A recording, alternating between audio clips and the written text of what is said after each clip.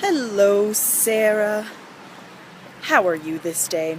It is a blustery, yes, blustery October day, and it's nearing Halloween. I feel, with the gray skies and the leaves, like I'm on the set of a horror movie, but like the beginning of the movie, right when everybody is not quite dead.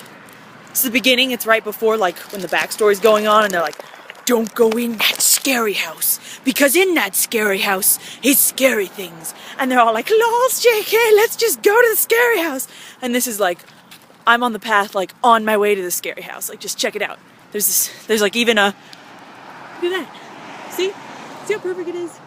For, like, the beginning of a horror movie when it's like, long ago. Yeah, okay. But I figured, since it is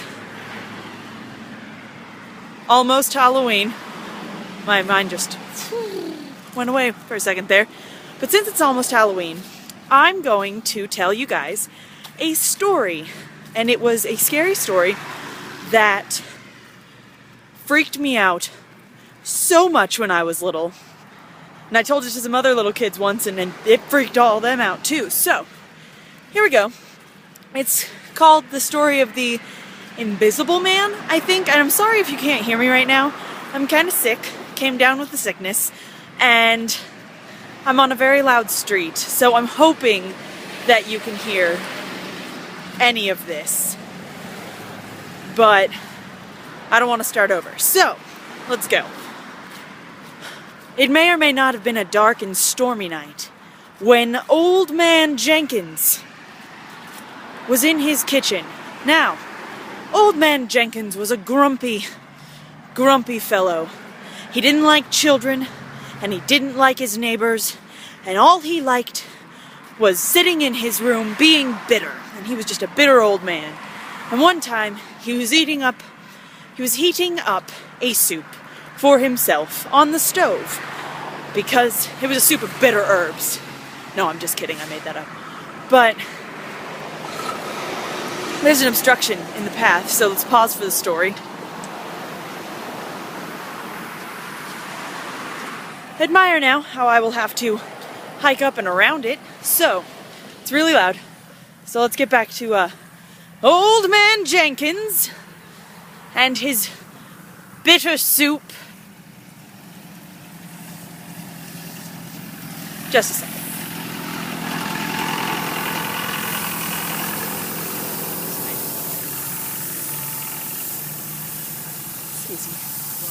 Oh no.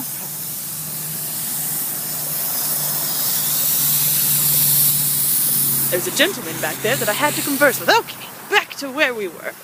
Alright, so Old Man Jenkins was heating up his soup on the stove when he accidentally touched the burning hot stove.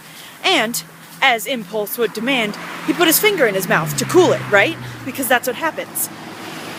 But he had charred the flesh pretty good. So when he put it in his mouth, it came off. And he realized that he really liked the taste. So he did it again. Burned his finger, put it in his mouth, tasted it once more. Yeah, he definitely liked it. So he kept doing that, and doing that, just burning his hand and eating his own flesh over and over and over again. Until he ate all of himself. And he was invisible. Or a skeleton. One of the two. And then he decided he liked the taste of flesh so much that he was going to go, and all those little children that he didn't like, yeah, he was going to eat them now. So, if you're a little child, and you might not be, but if you have the heart of a little child, who knows, it's been a while since I've heard this story, he may or may not have decided to enhance his palate with the flesh of adults. So, if you ever hear Old Man Jenkins knocking on your door with his invisible or bony knuckles, better watch out, because he's going to eat all of your flesh. And I hate cannibalism, and so it terrifies me. Yep. Okay. Well, I am almost to the apartment. Just cross walking it up right now. And I suppose I will see you tomorrow, and I will see Amy on Thursday, at which point we will have to wish one another a happy Halloween. Hope you're having a great time in Ireland.